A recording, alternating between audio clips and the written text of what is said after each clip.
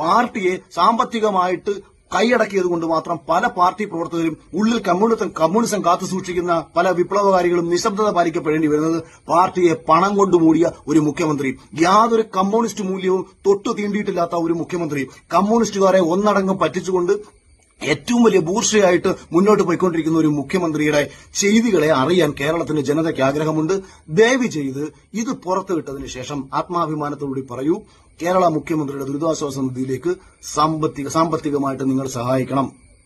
അങ്ങനെ വന്നാൽ ഞങ്ങളും സഹായിക്കാം. ഇല്ലെന്നുണ്ടെങ്കിൽ മിസ്റ്റർ പിണറായി വിജയൻ, നിങ്ങൾ സംശയത്തിന്റെ നിഴലിൽ തന്നെയാണ്. നിങ്ങളെ എനിക്ക് വ്യക്തിപരമായ വിശ്വാസമില്ല, എനിക്ക് മാത്രമല്ല കേരളത്തിലെ നല്ലൊരു ശതമാനം ജനതയ്ക്ക് വിശ്വാസമില്ല എന്നത് ഒരു പരമമായ യാഥാർത്ഥ്യമാണ്. നമസ്കാരം.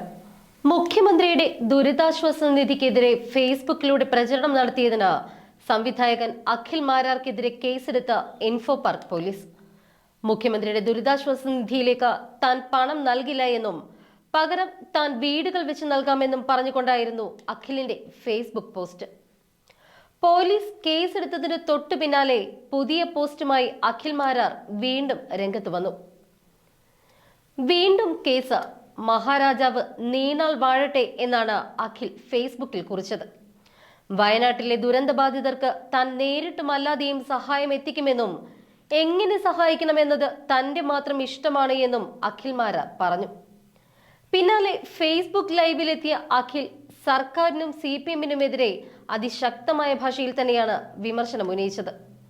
പിണറായി മഹാരാജാവ് വിമർശിക്കുന്നവരുടെയെല്ലാം വാ മൂടിക്കെട്ടാൻ തുടങ്ങിയത് ഇന്നോ ഇന്നലെയോ അല്ല. തനിക്കെതിരെ ഇതിനു മുൻപ് കേസെടുത്തിട്ടുണ്ട് എന്നും അഖിൽ മാരാർ പറയുന്നു. അദ്ദേഹത്തിന്റെ വാക്കുകളിലേക്ക്. കാര്യമുണ്ടോ? ഇല്ല. അതുകൊണ്ട് ഒരുവന്റെ അധ്വാനം ആരുടെ കൈകളിലേക്ക് എത്തണമെന്നത് അവനവന്റെ തീരുമാനമാണ്. ഇനി ഞാൻ പറയാൻ പോകുന്ന കാര്യങ്ങൾ ഇവിടം തൊട്ട് സെപ്പറേറ്റ് CPM-ന്റെ സഖാക്കന്മാർക്ക് അയച്ചു കൊടുക്കണം. മുഖ്യമന്ത്രിയുടെ ദുരിതാശ്വാസ നിധി കഴിഞ്ഞ കാലങ്ങളിൽ ഏത് രീതിയിൽ വിനിയോഗിക്കപ്പെട്ടിട്ടുണ്ട്, വിവരാവകാശ രേഖ ചോദിച്ചു കഴിഞ്ഞാൽ ഏത് വ്യക്തിക്ക് കൊടുത്തെന്ന് അറിയാനുള്ള യാതൊരു സോഴ്സുമില്ല. ഇവർ ഒരു ടോട്ടൽ എമൗണ്ട് പറഞ്ഞു കളയുന്നതല്ലാതെ ഇത് കൃത്യമായിട്ട് എവിടെ വിനിയോഗിച്ചു. ഇപ്പൊ കോവിഡ് വന്ന സമയത്ത് ഞാൻ എന്റെ കണക്കെഴുതി വെച്ചാണ് ഞാനത് സ്ക്രീൻഷോട്ടായിട്ട് ഞാൻ നിങ്ങൾക്ക് ഇട്ടുതരാം. KSFക്ക് ലാപ്ടോപ്പ് വാങ്ങാൻ വേണ്ടിയിട്ട് കൊടുത്തത് 81.43 കോടി രൂപയാണ്. എനിക്കത് മനസ്സിലായിട്ടില്ല ഇതെന്താ സംഭവം എന്നുള്ള കാര്യം. ഇത് എന്റെ അറിവില്ലായ്മയായിരിക്കാം, എന്റെ തെറ്റായിരിക്കാം. 81.43 കോടി രൂപ KSFക്ക് മുഖ്യമന്ത്രിയുടെ ദുരിതാശ്വാസ നിധിയിൽ നിന്ന് കൊടുത്തതായിട്ട് വെബ്സൈറ്റിൽ കാണിക്കുന്നു. ഇത് എന്തടിസ്ഥാനത്തിലാണ്? പിന്നീട് നമ്മുടെ ഫുഡ് ഗ്രെയിൻസും മറ്റും മേടിക്കാൻ വേണ്ടിയിട്ട് സിവിൽ സപ്ലൈസസിന് 450 കോടി രൂപ കോവിഡിന്റെ ഭാഗമായിട്ട് കൊടുത്തിട്ടുണ്ട്. ഈ സിവിൽ സപ്ലൈസ് എന്ന് പറയുന്ന സ്ഥാപനത്തിനും ആ ഡിപ്പാർട്ട്മെന്റിനും ഒന്നും തന്നെ ഒരു രീതിയിലുള്ള ഫണ്ടും ഇല്ല. അതിലെ മുഖ്യമന്ത്രി കൊടുത്തിട്ട് വേണോ ഫുഡ് മേടിക്കാൻ എന്നുള്ള ഒരു സംശയം രണ്ടാമത് മാറ്റിവെക്കുന്നു.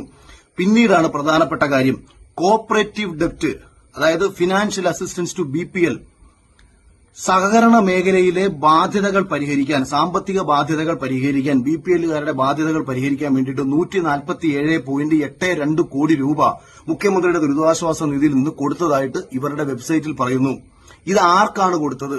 സഹകരണ മേഖലയിൽ നിന്ന് ബാധ്യതകൾ ഉണ്ടായിട്ടുള്ള അർഹതപ്പെട്ട ആർക്കാണ് കൊടുത്തത്? അതോ പാർട്ടി പ്രവർത്തകരെ സംരക്ഷിക്കാൻ വേണ്ടിയിട്ട് പാർട്ടി അനുഭാവികളെ ലോൺ എടുത്തു കൊടുത്തതിനു ശേഷം അവരെ സംരക്ഷിക്കാൻ വേണ്ടിയിട്ട് മുഖ്യമന്ത്രിയുടെ ദുരിതാശ്വാസ നിധി രാഷ്ട്രീയപരമായി വിനിയോഗിക്കപ്പെട്ടതാണോ?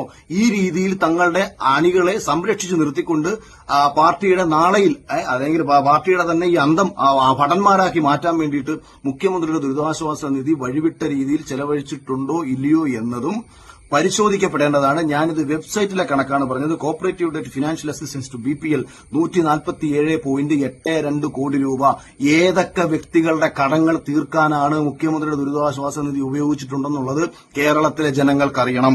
അടുത്തത്, ഫ്ലഡ് സമയത്ത് മൊത്തം ലഭിച്ചത് 4,970 കോടി രൂപ. ഇതിൽ എമർജൻസി ഫിനാൻഷ്യൽ അസിസ്റ്റൻസ് ആയിട്ട് 457.58 കോടി രൂപ നീക്കിവെച്ചതായിട്ട് പറയുന്നു. 6,000 രൂപ പെർ പേഴ്സൺ. കേരളത്തിൽ ഈ 6,000 രൂപ ആർക്കൊക്കെയാണ് ലഭിച്ചത് എന്നുള്ളതിന്റെ കൃത്യമായിട്ടുള്ള കണക്കുകൾ നിങ്ങൾ പുറത്ത് വിടേണ്ടതാണ്. ഇത് വിടുന്ന സമയത്ത് ഓരോ പഞ്ചായത്ത് അടിസ്ഥാനത്തിലുള്ള പാർട്ടി ഭാരവാഹികളായിക്കോട്ടെ മറ്റുള്ളവരായിക്കോട്ടെ തിരക്കണം. അർഹതപ്പെട്ട ആൾക്കാർക്കാണോ അന്ന് ഇത് കൊടുത്തത്, അല്ല പ്രളയം ബാധിക്കാത്ത പ്രദേശത്ത് ഇത് കൊടുത്തിട്ടുണ്ടോ ഇല്ലയോ എന്നുള്ളത് ഞങ്ങൾക്ക് അറിയേണ്ട കാര്യമാണ്. ജനങ്ങളുടെ കയ്യിൽ നിന്ന് പിരിച്ച പണമാണ്. വീട് നഷ്ടപ്പെട്ടവർക്ക് 2367.97 കോടി രൂപ കൊടുത്തതായിട്ട് പറയുന്നു. ആർക്കൊക്കെ എവിടൊക്കെ എന്നുള്ളതിന്റെ കൃത്യമായിട്ടുള്ള കണക്ക് പുറത്തുവിട്ടേ പറ്റൂ. സ്മാൾ സ്കെയിൽ ഇൻഡസ്ട്രീസിന് വേണ്ടിയിട്ട് 26.37 കോടി രൂപ കൊടുത്തതായി പറയുന്നു. ചെറുകിട വ്യവസായങ്ങളിൽ ആർക്കൊക്കെ എവിടൊക്കെ എന്നതും കൃത്യമായിട്ട് രേഖപ്പെടുത്തേണ്ടതാണ്. പാർട്ടിയിൽ പ്രവർത്തിക്കുന്ന പാർട്ടി അനുഭാവികൾക്ക് വേണ്ടിയിട്ടുള്ള സഹായമായിട്ട് മുഖ്യമന്ത്രിയുടെ ദുരിതാശ്വാസ നിധി മാറിയിട്ടുണ്ടോ ഇല്ലയോ, ഞാൻ ഉണ്ട് എന്ന് പറയുന്നില്ല, മാറിയിട്ടുണ്ടോ ഇല്ലയോ എന്ന സംശയം കേരളത്തിലെ ജനങ്ങൾക്കുണ്ടായിട്ടുണ്ടെന്നുണ്ടെങ്കിൽ അത് പരിഹരിക്കാൻ മുഖ്യമന്ത്രിയുടെ ഓഫീസ് ബാധ്യസ്ഥരാണ്. കണക്കുകൾ പുറത്തുവിടണം. സിവിൽ സപ്ലൈസസിന് ഓണത്തിന് വേണ്ടിയിട്ട് 30.46 കോടി രൂപ കൊടുത്തേക്കുന്നു. ഓണക്കിറ്റ് വിതരണത്തിന് പുറമെ, അതായത് ഓണക്കിറ്റ് വിതരണമായിരുന്നു ഗവൺമെന്റിന്റെ ഒരു മഹത്തായ കാര്യമായിട്ട് ഇവർ ആഘോഷിച്ചുകൊണ്ടിരുന്നത്. കിറ്റ് കൊടുത്ത് പല ആൾക്കാരെ മുക്കിയ ഒരു രാഷ്ട്രീയ പ്രസ്ഥാനം കൂടിയാണ് ഇവർ. അപ്പോൾ ഈ ഓണക്കിറ്റിന് വേണ്ടിയിട്ട് 30.46 കോടി രൂപ ഇവർ നൽകിയത് മുഖ്യമന്ത്രിയുടെ ദുരിതാശ്വാസ നിധിയിൽ നിന്ന് കൊടുത്തുകൊണ്ട് യഥാർത്ഥത്തിൽ രാഷ്ട്രീയപരമായിട്ടുള്ള ഒരു നേട്ടത്തിന് വേണ്ടിയിട്ട് മുഖ്യമന്ത്രിയുടെ ദുരിതാശ്വാസ നിധി ഉപയോഗിച്ചതല്ലേ? അതായത് ഈ ജനങ്ങൾ മുഴുവൻ പ്രളയത്തിൽ ദുരിതം അനുഭവിക്കുന്ന ജനതയ്ക്ക് വേണ്ടിയിട്ട് ആ പ്രദേശത്തെ ജനങ്ങൾക്ക് വേണ്ടിയിട്ട് കൊടുത്ത ഒരു തുക ഒരു രാഷ്ട്രീയ പ്രസ്ഥാനം എന്ന നിലയിൽ സിപിഎമ്മിലെ അണികൾക്ക് വേണ്ടിയിട്ട് ഇവർ നീക്കിവെച്ചിട്ടുണ്ടോ ഇല്ലയോ?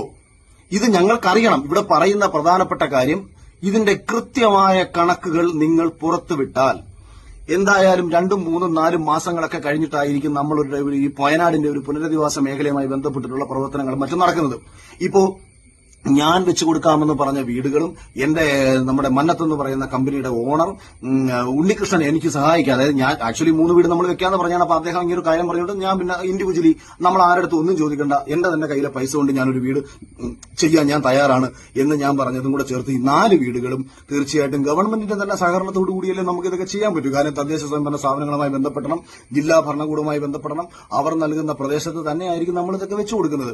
ഇനി ഞങ്ങളിത് വെച്ചു കൊടുക്കുന്നില്ല, ഞങ്ങളിതങ്ങ് മുഖ്യമന്ത്രിക്ക് തന്നെ നൽകിയേക്കാം. പക്ഷേ ഇന്നലകളിൽ ചെലവഴിച്ചിട്ടുള്ള കണക്കുകൾ ആർക്കൊക്കെ കൊടുത്തു, ഏതൊക്കെ പ്രദേശത്ത് കൊടുത്തു, എന്തിനു കൊടുത്തു എന്നുള്ളതിന്റെ കൃത്യമായ കണക്കുകൾ പുറത്തുവിട്ടുകൊണ്ട് ആത്മാഭിമാനത്തോടു കൂടിയിട്ട് നിങ്ങൾ കേരള ജനതയോട് പറയൂ, ഞങ്ങൾ സത്യസന്ധരാണ്, ഞങ്ങളുടെ ഈ തള്ളിന് വേണ്ടിയിട്ട് പോയാടിക്കല എന്റെ മടിയിൽ കനമില്ല, ഇയാളുടെ മടിയുടെ അത്രയും കനം കേരളത്തിലെ ജനങ്ങളുടെ ആരുടെ കയ്യിലുമില്ല എന്ന് ഇന്ന് കേരളത്തിലെ ജനങ്ങൾക്കും അറിയാം, പാർട്ടിയിലെ പലർക്കും അറിയാം.